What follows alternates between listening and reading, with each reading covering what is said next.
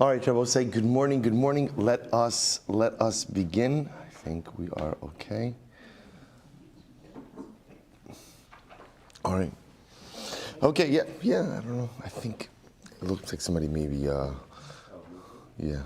wrestled with the camera yesterday. All right. Let's say good. Let us begin by thanking all of our sponsors. Thank our Talmud Torah sponsors for the month of Menachem, Mav Benjamin, and Elise Wolf from the Tanya Eretz Yisrael for dedicating all the Shimon Droshos this month in honor of Moshe Abramson and Jeremy Lassen, who make the Shiurim available to all of those outside of our physical base medrash. To thank Jack Bennett for dedicating all the Shimon Droshos this month in memory of Sergeant Nikolai Rappaport of the Givati Brigade, who died in the Hezbollah ambush in southern Lebanon in February 1998. To thank our Week of Learning sponsors, Larry and Laura Franks in the Schusser of Shlema for Chaya Mira Bas Sarah and Sarah Bas Alisha, Yankee and Lisa Statman in the Schusser of Shlema for Chaya Rivka Bas Nechama. And to thank our Daf Yomi sponsors, Natan and Leah Berry, in commemoration of the yahrzeit of Leah's father, Tzvi Sharazin, and Alan Wiseman, wishing a speedy recovery to his granddaughter Leah Bas Chaya Rickel.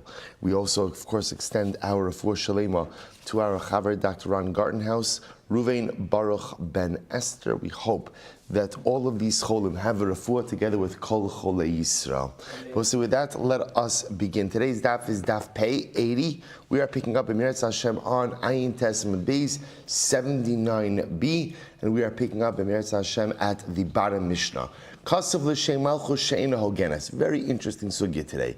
So remember again, we actually spoke about a little while ago the concept of zman, the concept of a date in a get. So now the Gemara, the Mishnah discusses about what dating system are you using? So b'pashtos, you're using the dating system of the place where you're living. So the Mishnah says, let's say you go ahead and you date the get in accordance with an unworthy monarchy. We'll discuss what unworthy monarchy means. L'shum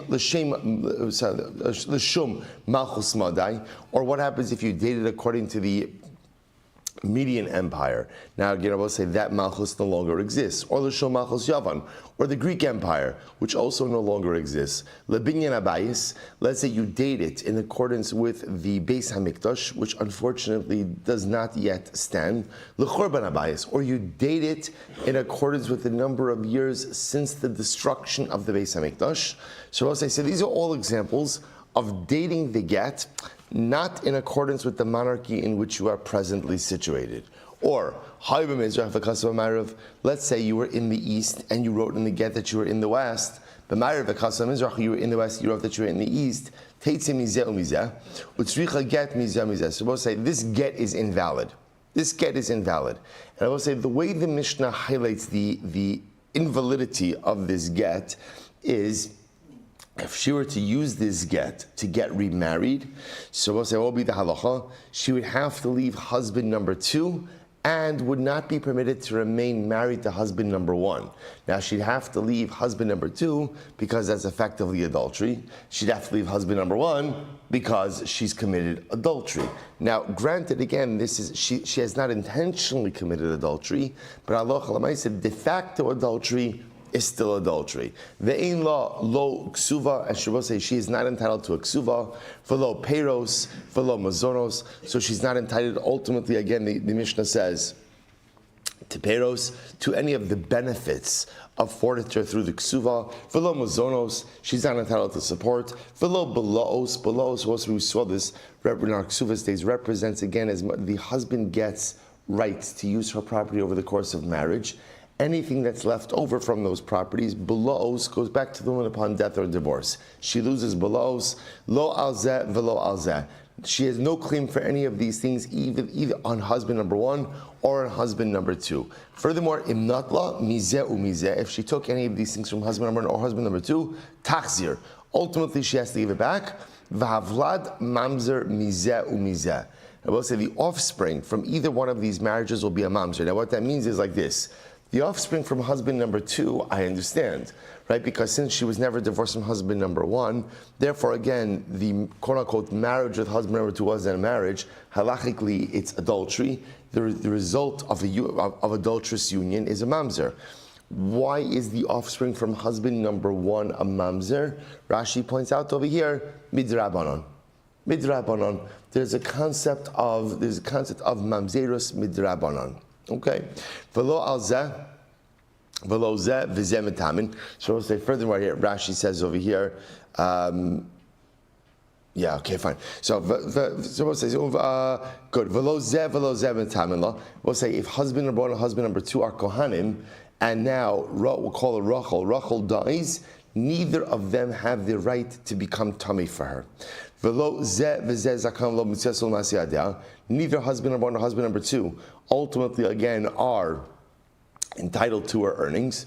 Neither have the ability to annul her vows. So we'll say, so what's happening over here?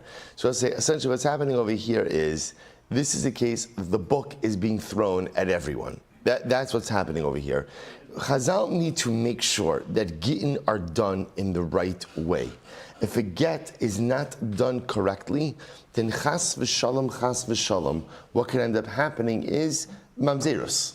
Mamzerus. You could have a total, just catastrophic consequences to the Jewish family if Gittin are not done correctly. In other words, we'll say, remember, understand, we've seen enough in Shas to know the most dangerous genealogical blemish is mamzerus, right? Why is it the most dangerous thing? Why? It never goes away.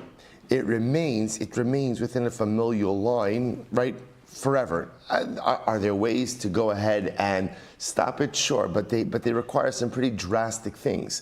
So because of that, and I will say, what's the key to ensuring that mamzerus doesn't occur? So ultimately, again, the key to it, one of the keys to it is proper Gittin. Proper Gittin. So therefore, if you produce an incorrect get, essentially what we're going to do is we're going to throw the book at you. Because when you read a Mishnah like this, one thing you're going to be sure of is what? That the get is appropriate. Because we'll say, when the get is inappropriate, everyone loses. Really, everyone loses. Okay, let's go back to Haisa Bas Yisrael. If she was the daughter of a Kohen and received such a get, Nivsalas Mina Kuhuna, ultimately, again, she is no longer permitted to marry into the Kuhuna. Top of pay, 80A. Bas Levi, if she is the daughter of a Levi, so Mina Meiser, she's no longer permitted to eat Meiser. Bas Kohen Mina Truma, if she's the daughter of a Kohen, ultimately, again, she is no longer permitted to go ahead and eat Truma. Ve'ein Yershin Shel Zeh, Yershin Shel Zeh, Yershim Ksuvasa. And neither the inheritors of husband number one or husband number two inherit her ksuva. So I'll say, so what you begin to see is, remember, everybody's being penalized. So remember again, I just want to point out, when we talk about husband number two, you know this, but I'll just say it again. We talk about husband number two, it's a little bit of a misnomer. There is no husband number two, right? Why is there no husband number two? Why? Because the get wasn't valid, right? Without a valid get, you can't marry. Okay, we understand that it's true in the logistical level, but Lamaisa, she thought this was a good get, and therefore she married another man. And the second man who married her also thought that it was a good get. So we're referring to marriage number two, even though, again, marriage number two, in the case of an invalid get, is a legal fiction, right? There's no such thing as marriage number two when you're already married to a man. So again, we begin to see all of the strictures associated with this. So remember, how is this invalid get being written? Either it's being dated according to the wrong monarchy, or locationally it's problematic. We'll discuss that case in the Gemara. Or we'll say a whole other number. Remember again, the Mishnah is not going through all the things that make a get invalid. You write the wrong name, right? You write the wrong... So many different things. If there is an invalid get and she ends up remarrying with this get, number one, she's got to leave both marriages. Number two, any offspring from any of these marriages is going to be a mamzer. We'll say what that means is, remember, that doesn't mean offspring that she had with husband number one before the get, right? That would mean if she were to go back and live with husband number one after the get and have more children with him, Lamaisa, again, those would be mamzerim. No rights. All rights are dissolved. Her rights, their rights, husband number one, husband number two. Good. Not only that, we'll say it impacts her regarding truma consumption, regarding meiser consumption. Good. So the Gemara goes right. What happens if husband number one or husband number two die without children? Echav shalzeh ve'echav shalzeh, chotz v'lo miyabmin. You have to do chalitza, and yibum is impossible. Okay, fine. Shina shmo ushma, shem ira v'shem ira. Another invalidation. Let's say in the get, they wrote the wrong names, right? They wrote the wrong name for the husband, wrong name for the wife, wrong name for his city, wrong name for her city. Teitzei mizeh umizeh, v'chol hadrachim ha'elu ba. She has to leave both husbands. She has to leave both husbands. In other words, she is not permitted to remain married to either of those two men. And all of the strictures which we outlined previously in the Mishnah apply to this case as well. So this is an interesting case. Remember again back to our Yivamis days. Remember again, I will say the first Mishnah Maseches Yivamis, which talked about the idea, Ruvain is married to two women, Rachel and Leah. Right? Rachel happens to be his niece, the daughter of his brother Shimon. Okay? Ruvain dies without children. What's Shimon's obligation in Yibum? What's Shimon's obligation? None. Why? Because Lamaisa, his sister-in-law, is also his daughter. And remember again, that's Rachel. What about Leah? So let's remember again the good old days of tsaras, the good old days of co-wives, right? So remember again, what's the halacha? If a woman is a co-wife of an erva, that just like the erva is petura, just like the erva is exempt from yibum, so the co-wife is exempt from yibum as well. So in this case over here, because Rachel is exempt from yibum because she is the Yavam's daughter, so therefore again the co-wife, Leah, is also going to be exempt from yibum. So watch this case. So kol arayos shamru tzarosen mutaros. So listen to this case. So imagine for a moment, Ruvain is married to Rachel and Leah, right? Like we just said before, Rachel is Shimon's daughter. So therefore, and now Leah is an unrelated co-wife. So what happens? Ruvain dies without children. Now because Rachel is an erva to Shimon, therefore that exempts Leah from doing anything. So what happens? So v'nimtzu elu islanders. So I'll say, so now what happens? So now Leah goes on and gets remarried, right, to some whatever. She didn't need yibum, she didn't need chalitza. She went and she got married. It turns out, I will say, that they find out that Rachel is an islandess. Rachel is an islandess. We'll say, what's an islandess? An islandess is a woman who fails to physically mature and is incapable of having children. We'll say, what happens if a man marries a woman who turns out to be an islandess? It's a mekachtos. It's a voided transaction. It's as if the marriage never happened. So watch this case. So remember, Leah, the co-wife to the erva, has gone and gotten remarried. It turns out sometime later on that Rachel, who was the erva wife, the erva to the yavam, turns out to be an islandess. Because she was an islandess, therefore what?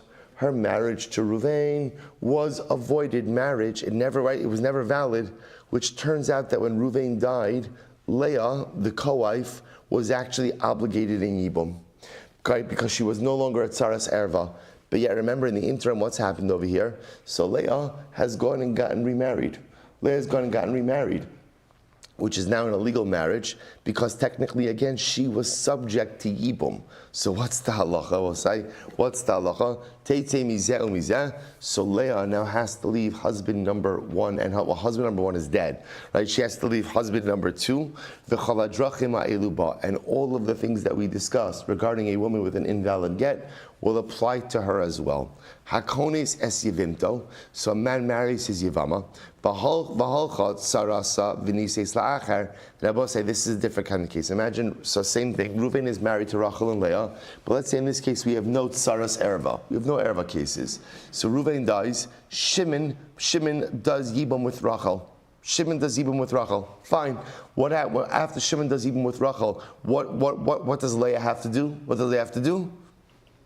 Whatever she wants, right? So Leah decides to get remarried also. She gets remarried. And what happens? Leah marries someone else. And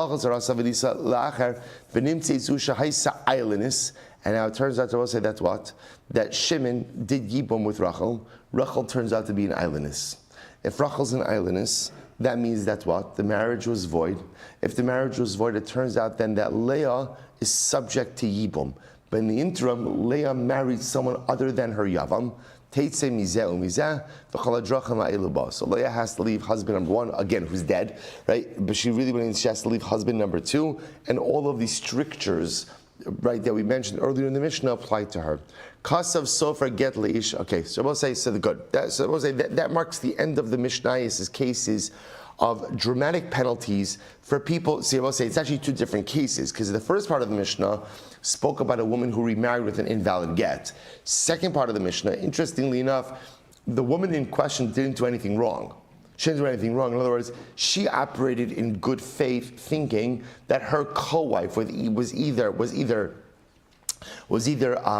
not invalid for Yibum. What's the word? Ineligible for Yibum. Therefore, again, that freed her and she did her own thing. Or in case number two, her co-wife actually did Yibum. It just turns out that in all of these cases, the wife who was either ineligible or who actually did Yibum was an islandess. Because she was an islandess, essentially her marriage was void. She was removed from the picture. So the woman who got remarried was actually subject to Yibum. So in these cases, again, it's just new circumstances that came about, but the reality still is the same, that she was subject to Yibum and illegally married. Okay, now third case, third construct.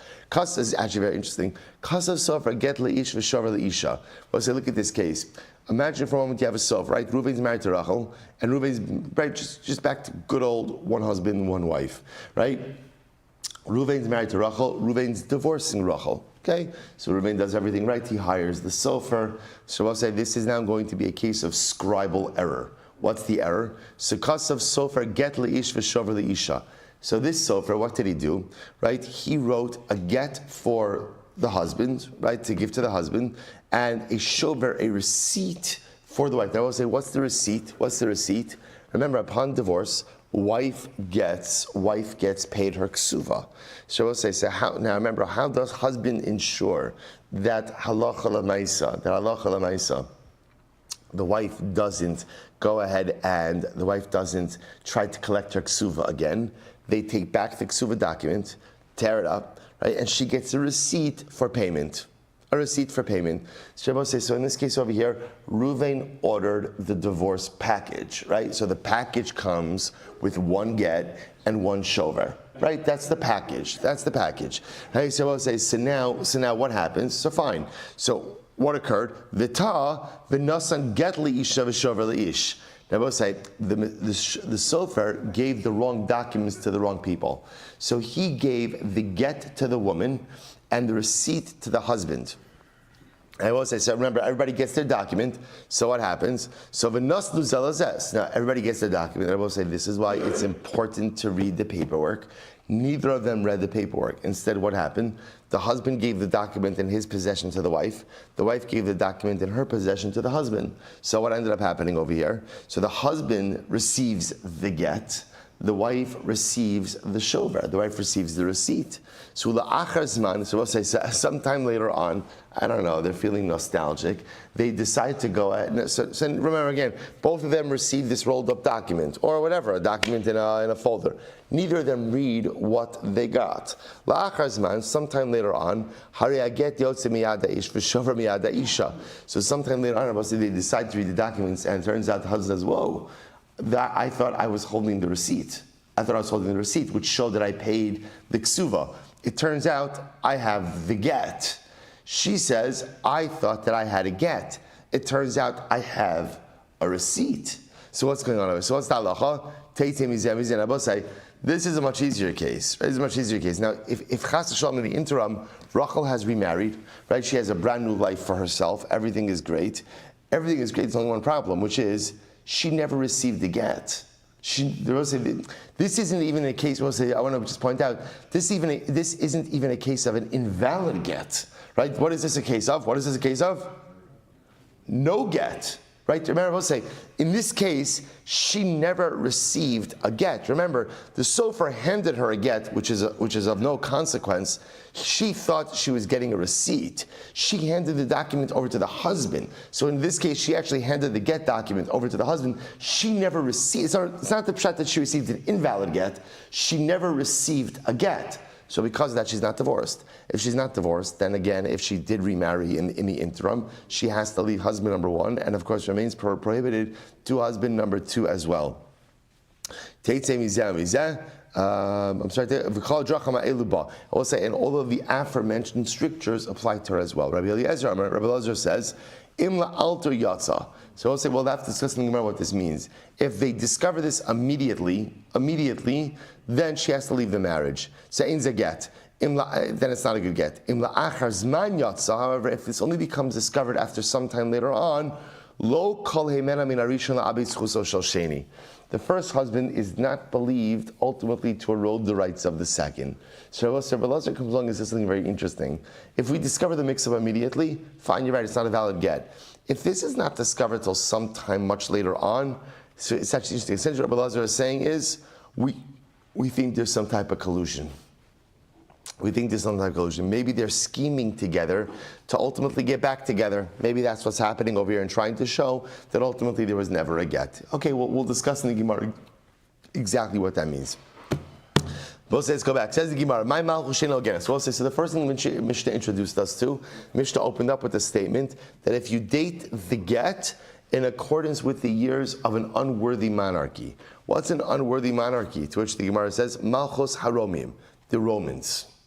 We'll say, why do you call the Romans an unworthy monarchy? We'll say it's very interesting. The Romans didn't have their own alphabet, nor did they have their own language.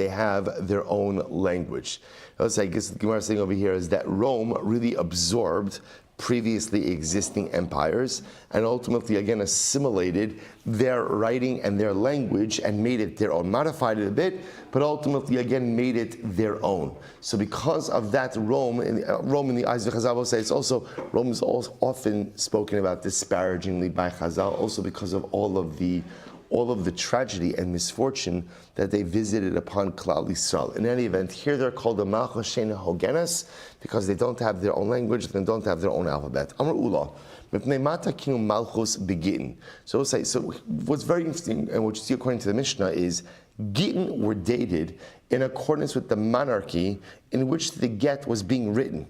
Just interesting. So the Gemara says, why? Ula asks, why is that? Mipnei Mata Kinu Malchus Begittin.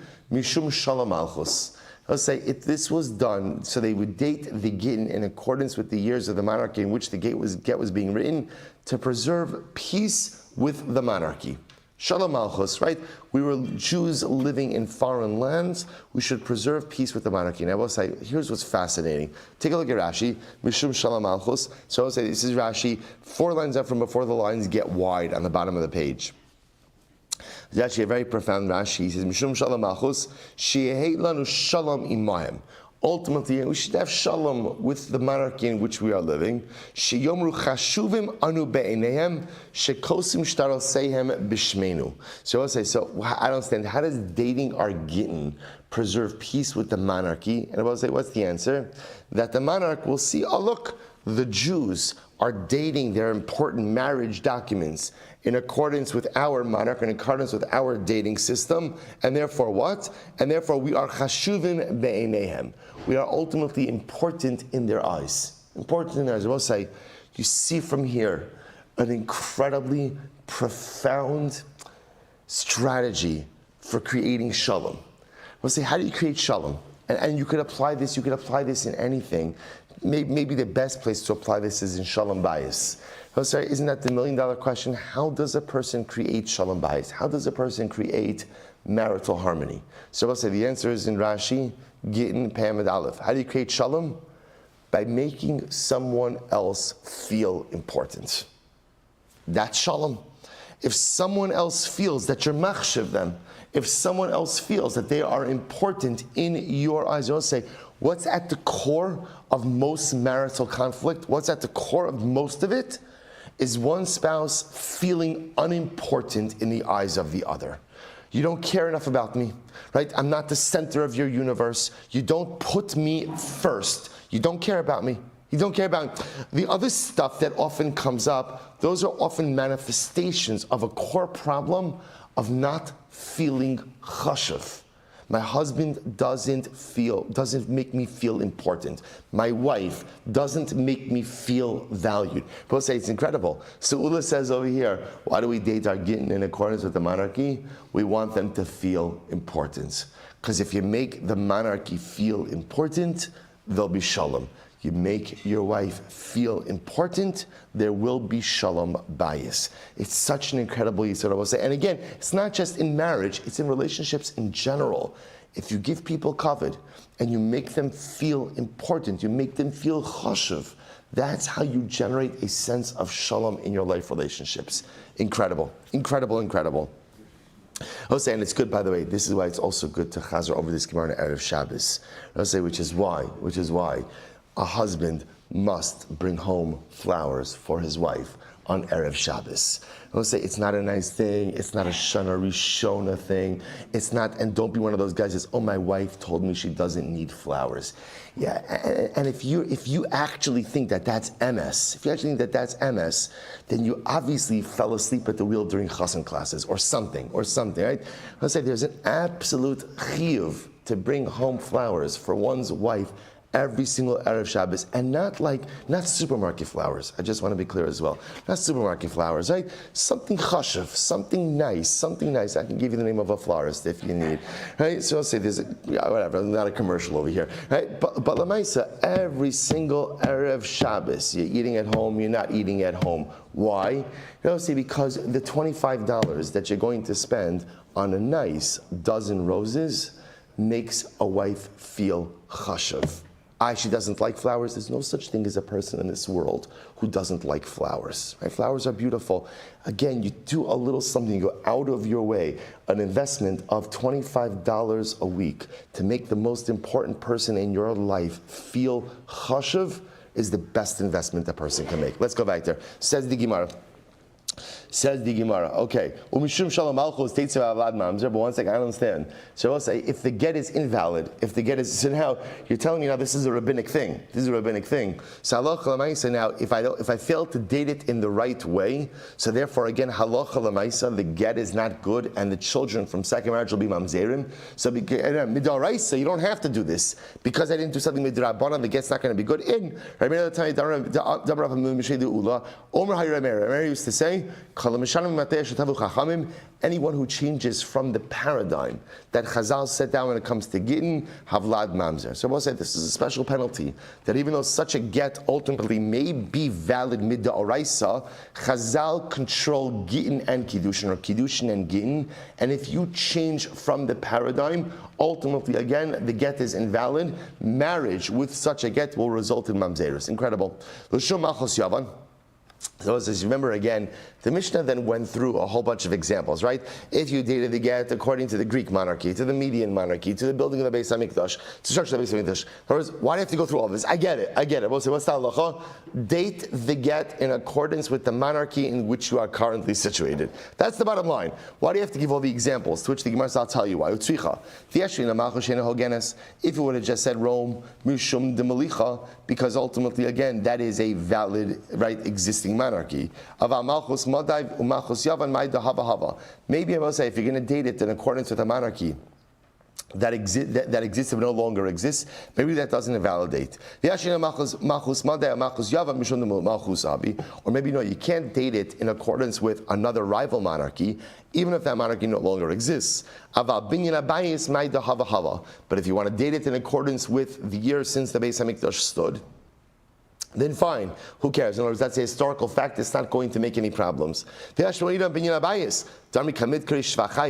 maybe if you date to get in accordance with the years Beis HaMikdash stood, the Gentile monarchy will take an affront. That'll be an affront to them because you're remembering the Jewish days of glory.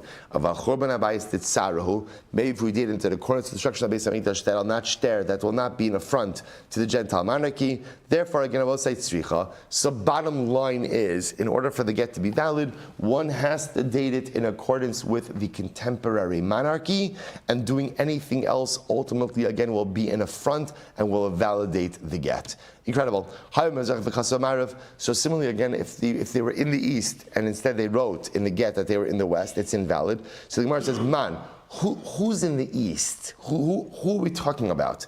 Ilema Baal, if you want to say it's talking about the husband, and it's actually talking about where he lived, then we spoke about that later in the Mishnah. Hainu, Shina Shma Ushma, Shemira v'Shemira. But say the Mishnah explicitly speaks about that, of where you write in the wrong location for the husband. Ella Lav Sofer. Rather, Rabbi Say must be talking about the Sofer. What does this mean? Kida Amrlu Rav Lisafre.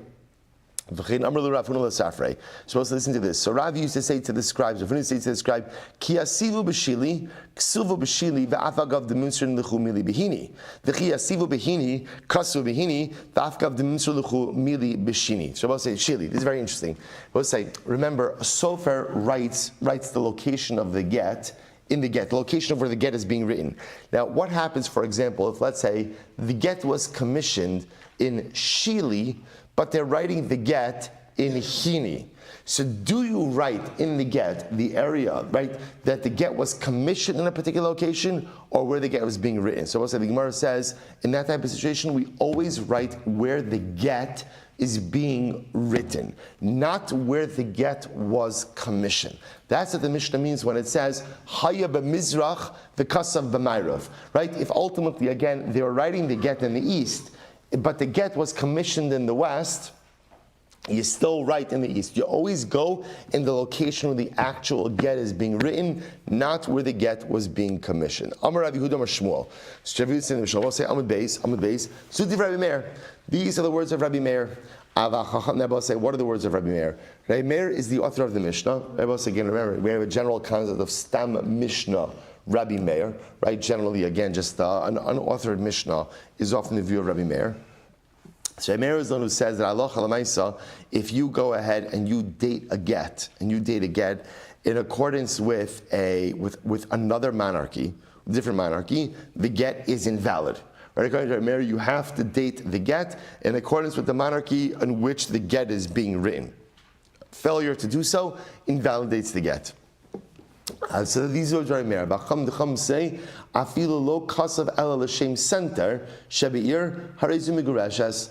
The Chum say on the other hand, no. Even if you go ahead and you date it in accordance with the center, I will say, who's the center? Look at Rashi. Zakin hamamuna lios baki benachlas gvul sada kolish.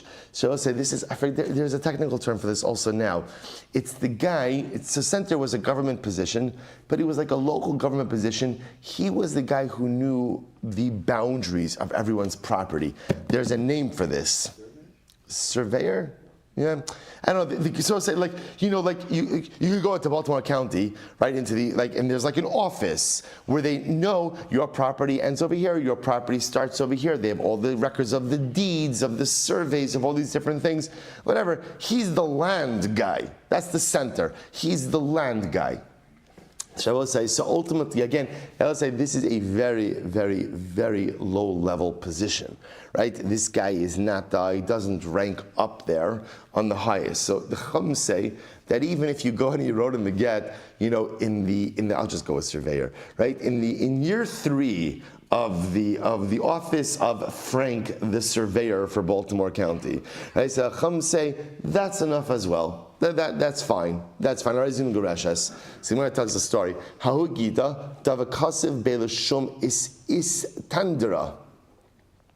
The Bishachar, Shava said there was a certain get, the Bishkar, or the Bashkar. There was a get that was dated, but say Istandra, Rashi says over here, is like a governor, right? Avdo Shal Melech. He's the servant of the king. So he's a governor, right? So the king is the king. So this was the position right underneath the king, like the provincial governor. So there was a get that was dated not according to the years of the king, but rather in accordance with the years of the local governor. Governor of Bashkar. Bashkar was the place. Shalchar of Nachman Barav Chis, the Rabbah. So Rabbi say, so they sent this get before Rabbah, and they asked Rabbah, Ki hai gavna mai, is the get valid or not? So Rabbi say, why is this an interesting case? It's not dated in accordance with the king, but it's also not dated in accordance with the center, right? With the local official, right? This is still like a major position. So what's the halacha? Shalach le b'hafidor Meir Modi. So Rabbi sent back, even Rabbi Meir, the author of our Mishnah, would agree that such a get is valid. Really? So the Gemara says, my taima.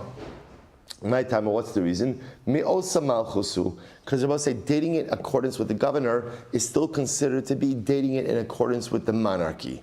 Ayu maishnam is center shebeir. So why is that different than the case of the center, right? Why is that different than the case of the local official, who we said before, if you date in accordance with the local official, the get is invalid. Hasam zil lahu milsa, hacha shvicha lahu milsa. So Rabbi said, this is actually very interesting. So what's fascinating about this is as follows. So Rabbi answered, dating it in accordance with the governor is still considered to be a shevach, a praise to the king.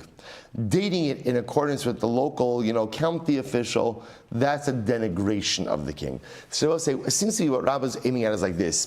The higher echelon of those who serve the king, they are directly associated with the king. So everyone knows when you date it in accordance with the governor works for the king, right? He's an extension of the king. So that is considered to be still praising of the king, and therefore you have shalom malchus. You go ahead and you date it in accordance with the guy who's the local county official. He has nothing to do with the king. Right? The king doesn't even know who he is. He's not a position appointed by the king. So that's considered to be a denigration of the honor of the monarchy. So a very interesting distinction. Amar Rabbi Abba, Amar Rav Huna, Amar Rav. Zudi Rabbi Meir. These are the words of Rabbi Meir. The Chum say Havlad Kasher. So we'll say, remember again, all of this whole Mishnah of talking about the need to go ahead and date the get in accordance with the name of the monarchy. This is all Rabbi Meir. The Chum say, whereas it's nice to go ahead and date the get with the monarchy, it is not necessity. And failure to do so, we'll say, now again, remember, do you need a date? I just want to be clear. Everyone is in agreement that you need a date in the get, right? You need a Hebrew date in the get. Remember, why do you need a Hebrew date in the get? For a variety of reasons. Number one, you have to know when the divorce is valid. Number two, remember again, you also need a date. Remember, we spoke about this. Why else do you need a date in the get? Why else? To know again when a husband loses rights in the wife's property, right? Again, let's say for argument's sake, the get is written, the get is dated, on the 18th of Av, and meanwhile he sells her property on the 19th of Av. So again, you have to know he no longer had rights to do so. So we're talking about, so that's the Iker date. That's called Zman. That's called Zman Begin. We're talking about now an additional layer of dating, which has to do with including. So you can imagine it would be, it's the 19th, the 18th of Av, in the 5th year of the reign, of King X. That's what we're talking about over here. So Meir says that additional layer of dating is necessary in order for Shalom Malchus. Chacham say, nah, you don't need it. You don't need it. And if you already get it, and again, we'll say, Rabbi Meir says you need that to the point that failure to include it, actually goes ahead and invalidates the get and triggers all of these terrible things that the Mishnah highlights over here. So now the Gemara says, the Chum say, no, it's nice to add in that layer of dating, but if you don't have it, the get is totally valid. And were she to remarry with this get, ultimately, again, Havlad Kasher. Now, I just want to point out how dramatic this is. According to Rabbi Meir, if you don't include the name of the reigning monarch, and she gets remarried, and she has kids, Rabbi Meir will say, kids are mamzerim, marriage number 2 is illegal, marriage number 1, she can't go back because it was adultery, and all of the other things listed in the Mishnah. Chum will say, totally fine. So it's one of these very dramatic machloksim. Get is totally fine. And the Chum, however, do agree with Rabbi Meir. Shimshina shma ushma shemira v'shemira shavlad mamzer. So obviously, I will say just to be clear, the Chachamim aren't disagreeing with Rabbi Meir in the entire Mishnah. They also agree. If you wrote the wrong name of the husband, wrong name of the wife, wrong location, right? Wrong home of husband. In other words, if you messed up critical, right, party-specific information, even the Chachamim agree that such a get is invalid. The Chachamim are only disagreeing on the first part of the Mishnah, which had to do with the dating of the get in accordance with the local monarch. Amar Rashi, Af anan namitin. We also learn this. Shina shma ushma shemira v'shemira. If you made a mistake and you changed his name or her name, the name of his city, the name of her city, teitze mizah mizah. In that case, again, and she remarried with this get, the get is invalid. She has to leave husband number 1, husband number 2. The cholad drachama eluba. And ultimately, again, all of the terrible things that we outlined in the Mishnah will apply to this case. So the Gemara says, Man katanila, who is the author of this statement? Ilim Rabbi Meir. Say if it's Rabbi Meir, la'arvinu v'lisninu, just write everything together. Ela shmamina rabbanon. Rather, see from here, it's the rabbanon, shmamina. See indeed, Rabbi say this is the case. So I'll say, it's a very important idea. The only case in which there is machlokes is whether or not, if you failed to date the get in accordance with the local monarchy, and she got remarried with such a get, what's the status? Rabbi Meir will say, Teitzei v'havlad mamzer. The get is invalid, and therefore any subsequent remarriage illegal, adulterous in nature. Children are mamzerin. The Chachamim will say that get is totally fine. Again, should you date? I will say it doesn't seem that the Chachamim are disagreeing with the fact that it's ideal to date it in accordance with local monarchy, are just saying you're not chayiv to do so. Failure to do so doesn't invalidate the get. But in terms of everything else in the Mishnah, if you go ahead and you mess up certain husband-wife specific information, their names, the locations, even the Chum would agree the get is invalid, and were she to remarry with such a get, teitzei v'havlad mamzer. Incredible. Let's go right there. Says the Gemara, Kal Rai Shamra. So remember again, the next case in the Mishnah, we'll say, the next case very quickly was the case of Arayos. Good. We'll say this was the case. Remember again very quickly. Ruvain was married to Rachel and Leah. Rachel is his niece. Also happens to be his brother's daughter. Not also happens to be, it's his niece, his brother's daughter. Ruvain dies without children. Then I will say what happens. So remember now, Rachel and Leah fall to Yibum, to Shimon. What's talacha al Yibum? What's talacha? No Yibum. Why? Because remember, Rachel is an erva to Shimon. She's his daughter. Because she is ineligible for Yibum, she exempts her co-wife Vezah. Remember again, then what happens? Fine, no problem. So now, Leah, the co-wife, gets remarried. It turns out to say that's what? It's discovered Rachel was an islandess. Because Rachel was an islandess, therefore the marriage to Reuven was void from the beginning. If that's the case, then Leah was the only wife, in which case she was obligated in Yibum, and now she went and she married someone else. So the Mishnah said again, Teitzei mizeh, everything we spelled out before. Says the Gemara, it's interesting, Nisu in Zinu lo. It's interesting to say that the Mishnah only spoke about if Leah got remarried. Didn't say anything ultimately again, if she was just mizana. We'll say, so let's say Leah didn't get remarried. She was just, enjoying the single life, we'll call it, right? In other words, she was just, whatever. She was acting immorally. So we'll say, so Lamaisa, now the Mishnah says, if she got remarried, she would no longer be permitted to do Yibum with Shimon. So the Gemara infers from that, it sounds like only if she got remarried. If halacha l'maisa, she was just mizana, what happens if she was just acted immorally? Sounds like she would be able to do yibum. Look at Rashi. Zinu lo, quickly Rashi says, so ina asura lehisyabed, denisu chamar, shemiyomru chalatz lavenises v'chazal lakonsa. So we'll say, so maybe it's only in a case where Leah actually married someone else that she would be prohibited to do yibum. But Lamaisa, if she didn't marry someone else, even if she acted immorally, Lamaisa, she would be permitted to do Yibum. To which the Gemara says, this would refute the position of Hamnuna. What does Rav Hamnuna say? Dem Rav Hamnuna, Shomeres Yavam Shezinsa Asurali Yavama. Rav Hamnuna says that I will say a woman waiting for Yibum, who ultimately acted in an immoral fashion with another man, becomes prohibited to the Yavam. To which the Gemara says, Lo Nisu V'hu Adin Lazinu. No, it's not true. Leah is going to be prohibited to do Yibum with Shimon, whether she got remarried to someone else or she just engaged in immoral behavior. So the Gemara says, "V'haidik tani nisu." So why does it say ultimately again that she got remarried? Lishna ma'al yernakat. It's just using a nicer lashon. That's all. It's just using a nicer lashon. But I will say essentially, if she engaged in any physical relationship with another man, be it in the context of marriage or in the context of immorality, that would preclude her from going ahead and doing Yibum.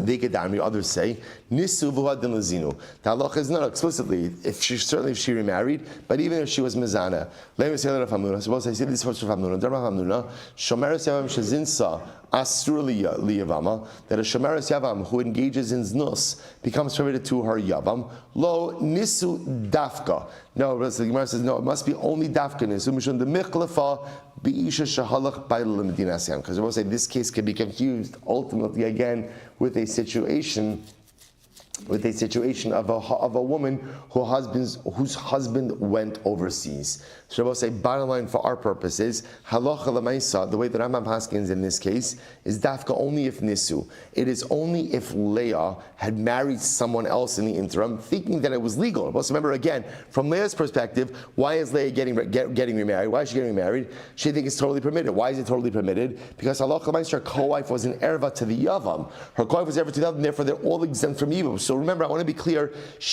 from her perspective, she thinks that she's living totally within the realm of legality, which in her defense, she has no reason not to think that. So Dafka so says, now it turns out that, remember, Rachel is an islandess, therefore Leah is subject to Yibum, so what's going to be the halacha? So if Leah just engaged in znus, not minimizing it, but just engaged in znus, so when it turns out that Rachel was really an islandess, Leah would be subject to Yibum, and she could do Yibum with Shimon. If, however, she remarried in the interim, that ultimately, again, would preclude her from doing Yibum with Shimon. Incredible. Hakone says Yivimto. Shabbos say the next case over here, boss. Let's just say it outside. Then we'll have to stop. So remember again, the case of Hakone says Yivimto was the next case in the Mishnah. Shabbos say, so this was the case of, again, Reuven married to Rachel and Leah, right? No tsaras in this case, right? I should say no ervas in this case. So remember again, Reuven was married to Rachel and to Leah. So what happens? Reuven dies without children. Shimon does Yibum with Rachel. Once Shimon does Yibum with Rachel, what's Leah's status? What's her status? She can get remarried, right? Because after all, a co-wife did Yibum. But it turns out that one little time later on, Rachel is an islandess. If Rachel is an islandess, marriage to Reuven was void. Obviously, then no Yibum with Shimon, which now makes Leah subject to Yibum. In the interim, however, again, Leah has remarried. So ultimately, I will say, what's the halacha? Teitzei mizeh umizeh. So I will say, it appears to be a repetitive case. We'll have to stop over here for today. The Gemara will pick up tomorrow with explaining why the case, what's the chiddush in case number 2. I will say, shkoyach.